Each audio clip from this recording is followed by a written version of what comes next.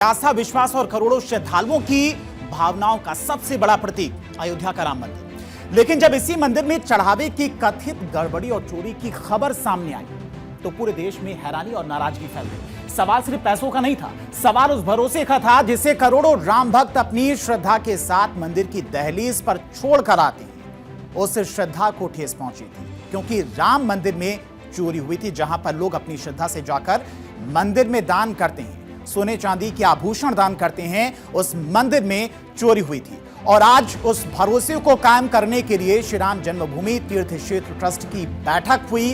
भ्रष्ट लोगों पर कार्रवाई की जा रही है ताकि राम भक्तों का ट्रस्ट पर भरोसा कायम रहे, भ्रष्टाचारियों के लिए मंदिर व्यवस्था में कोई जगह ना बचे। यह संदेश अयोध्या से दिया जा रहा है। और यह सिर्फ कार्रवाई नहीं है बल्कि उस व्यवस्था को और मजबूत बनाया जा रहा है जिससे श्रद्धालुओं में भविष्य में आस्था के साथ किसी भी तरह का उनके साथ खिलवाड़ ना हो सके। और इसी वजह से आज ट्रस्ट की बड़ी बैठक बुलाई गई थी। करीब 3 घंटे ये बैठक चली। संदेश साफ है, राम मंदिर में श्रद्धा सर्वोपरि है और उस श्रद्धा के साथ में विश्वासघात करने वालों की कोई जगह नहीं है। आज हुई राम मंदिर ट्रस्ट की बैठक में महासचिव चंपत राय और ट्रस्टी अनिल मिश्रा का इस्तीफा मंजूर कर लिया गया। अब राम मंदिर ट्रस्ट की बैठक में क्या कुछ बड़े फैसले लिए गए वो भी आपको बताते हैं। चंपत राय और अनिल मिश्रा का बैठक में इस्तीफा मंजूर किया गया। त्यागपत्र देते ही उसे स्वीकृत माना गया, यानी कि इस्तीफा स्वीकार कर लिया गया। हमारे पास कोई विकल्प नहीं था, यह ट्रस्ट की तरफ से कहा गया। कृष्ण मोहन को ट्रस्ट की जिम्मेदारी सौंपी गई है। ट्रस्ट की बैठक में चंपत राय और अनिल मिश्रा का विरोध भी हुआ। चंदा चोरी के आरोपों से कलंक लगाए स्वामी विश्व प्रसन्नथी की तरफ से यह कहा गया है, यानी कि एक बड़ा और गंभीर आरोप लगा है। हमने चंपतराय जी के द्वारा की गई सेवा का अभिनंदन भी किया।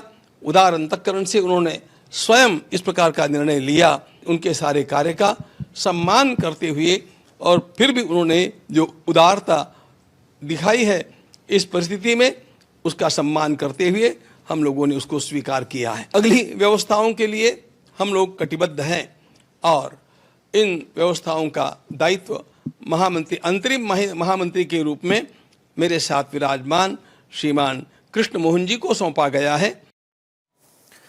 ट्रस्ट की करीब 3 घंटे तक बैठक चली। उस बैठक में कई सारे फैसले लिए गए हैं जिसमें एफआईआर दर्ज कराने वाले कृष्ण मोहन को फिलहाल ट्रस्ट की कमान देने की बात कही गई है। अब कौन है कृष्ण मोहन जिन्हें यह जिम्मेदारी सौंपी गई, तो वो भी आपको बताते हैं। कृष्ण मोहन राम मंदिर ट्रस्ट के अंतरिम महासचिव बनाए गए हैं। इसके अलावा श्री राम जन्मभूमि तीर्थ क्षेत्र ट्रस्ट के सदस्य भी हैं। 9 सितंबर 2025 को ट्रस्ट का सदस्य इन्हें चुना गया था और एक बार फिर से इन पर बड़ी जिम्मेदारी। कामेश्वर चौपाल के निधन के बाद उन्हें सदस्य बनाया गया था ट्रस्ट का। हरदोई जिले के शाहबाद क्षेत्र के रहने वाले हैं, पूर्व अधिकारी रह चुके हैं। भारतीय वन सेवा यानी कि आईएफएस के महाराष्ट्र कैडर के अधिकारी रहे हैं और इसी वजह से ये बड़ी जिम्मेदारी। लखनऊ विश्वविद्यालय से एमएससी की इन्होंने पढ़ाई भी की है। साल 1978 में उनका चयन भारतीय वन सेवा में हुआ था। नागपुर में तैनाती के दौरान संघ से भी जुड़े, यानी कि आरएसएस के बैकग्राउंड से भी आते हैं। संघ में नगर, जिला, प्रांत और क्षेत्रीय संघ चालक जैसी महत्वपूर्ण जिम्मेदारियां भी निभा चुकी हैं और इसी वजह से इन्हें यह बड़ी जिम्मेदारी मिली है। साल 2012 में रिटायरमेंट के बाद हरदोई लौट और समाज सेवा से जुड़ गए थे, यानी कि ये इनका बैकग्राउंड है। लेकिन अब इनके कंधों पर बड़ी जिम्मेदारी होगी। बैठक शुरू होने से पहले श्री राम जन्मभूमि तीर्थ क्षेत्र के अध्यक्ष महंत नित्य गोपाल दास ने बयान जारी किया और कहा कि इस घटना से वे बेहद आहत हैं। उनकी तरफ से क्या कुछ कहा गया तो वो भी आपको बताते हैं। उन्होंने कहा कि जिसने भी ये पाप किया है उसे कड़ी से कड़ी सजा मिलनी चाहिए और यूपी के सीएम योगी आदित्यनाथ और प्रधानमंत्री नरेंद्र मोदी पर पूरा विश्वास है। उन्हें ये दोनों नेता जो भी इस पाप से जुड़ा है उसको सजा जरूर दिलाएंगे। ये करोड़ों हिंदुओं की आस्था का प्रश्न है और मेरा निवेदन है कि इसमें किसी भी व्यक्ति को अपनी निजी लाभ के लिए रणनीति या फिर राजनीति नहीं करनी चाहिए। ये उनकी तरफ से साफ साफ कहा गया।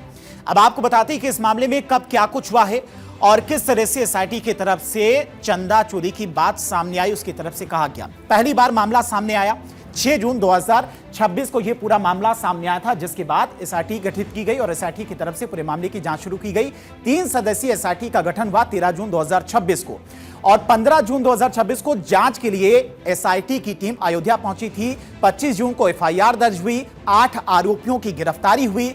चंपत राय, अनिल मिश्रा ने इस्तीफा दे दिया और 8 आरोपियों को 14 दिन की न्यायिक हिरासत में भेज दिया। इसके अलावा एक तरफ राम मंदिर में चढ़ावा चोरी को लेकर श्री राम जन्मभूमि तीर्थ क्षेत्र ट्रस्ट की बैठक हुई, दूसरी तरफ उत्तर प्रदेश के मुख्यमंत्री योगी आदित्यनाथ ने प्रयागराज में कहा कि भारत की आत्मा सनातन धर्म में बसती है और श्री राम भारत की आत्मा के मूल स्रोत हैं। सीएम योगी ने कहा कि राम का मतलब राष्ट्र है। सुनिए। भारत की आत्मा सनातन धर्म में बसती है और प्रभु राम भारत की आत्मा के मूल स्रोत हैं। राम का मतलब राष्ट्र है। भारत राष्ट्र को एक उत्तर से दक्षिण तक एकता के सूत्र में बांधने वाला कोई नाम है और राम का नाम है। जब यह मामला सामने आया तो एसआईटी का गठन कर जांच तेज कर दी गई। चोरी के मामले में 8 लोगों की गिरफ्तारी हुई, उनके पास से लाखों रुपए की जब्ती हुई और इस बीच पूर्व केंद्रीय गृह सचिव एस लक्ष्मी नारायण ने आरोप लगाया था कि उनकी तरफ से दान की गई करोड़ों रुपए की सोने की रामचरितमानस गायब है, जिसे ट्रस्ट ने खारिज कर दिया और कहा कि रामचरितमानस पूरी तरह से सुरक्षित है। ट्रस्ट की तरफ से कहा गया कि यह पवित्र ग्रंथ पूरी तरह से सुरक्षित है और ट्रस्ट की तरफ से कहा गया कि पूर्व सेवानिवृत्त आईएएस लक्ष्मी नारायण जब चाहें मंदिर आकर स्वयं रामचरितमानस को देख सकती हैं। ये ट्रस्ट की तरफ से जो आप तस्वीरें दिखाई गई वो तस्वीरें हैं। ये पूरी सोने से मढ़ी हुई रामचरितमानस है। दावा किया जा रहा था कि ये रामचरितमानस भी गायब है। सोने से इसमें एक एक शब्द लिखा गया है और सबसे महंगी रामचरितमानस पूरे विश्व में इसे कहा जाता है, जो गायब होने का दावा किया गया था। और अब आज ट्रस्ट की तरफ से जो बैठक हुई, इस बैठक के बाद एक प्रेस कॉन्फ्रेंस हुई और उसमें बताया गया कि रामचरितमानस पूरी तरह से सुरक्षित है और पूर्व सेवानिवृत्त आईएएस एस लक्ष्मी नारायण जब भी चाहें मंदिर आकर स्वयं रामचरितमानस को देख सकती हैं। ट्रस्ट के इस आधिकारिक स्पष्टीकरण के बाद में पिछले कुछ दिनों से जारी विवाद और असमंजस पर पूरी तरह से विराम लग गया है। तो स्वर्णांकित रामचरितमानस की पोथी यहाँ पर प्रदान की गई है, वो अत्यंत आदर के साथ सुरक्षित रखी हुई आप यहाँ पर देख सकते हैं। जिन काकभूषणी जी महाराज का बार बार नाम लिया जाता है कि कहाँ है, वे यहाँ पर विराजमान हैं। जो बड़ा कंठा हार भगवान के लिए आया वह भी यहाँ पर आप देखेंगे। जिन पादुकाओं की बातें चली है, जिन पर भगवान के चरण चिन्ह अंकित है, ये पादुकाएं भी यहाँ पर है।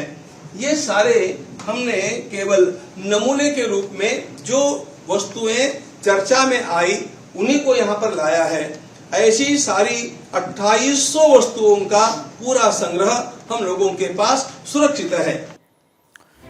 और इसी बीच सनातन धर्म पर की गई टिप्पणी पर आम आदमी पार्टी और बीजेपी में वार पलटवार शुरू हो गया है। अरविंद केजरीवाल की प्रतिक्रिया पर बीजेपी नेता और दिल्ली की कैबिनेट मंत्री प्रवेश वर्मा ने हमला किया। प्रवेश वर्मा ने कटाक्ष करते हुए लिखा कि राष्ट्रीय अध्यक्ष तो बहुत बड़ी बात है, मैं याद हूं कि नहीं।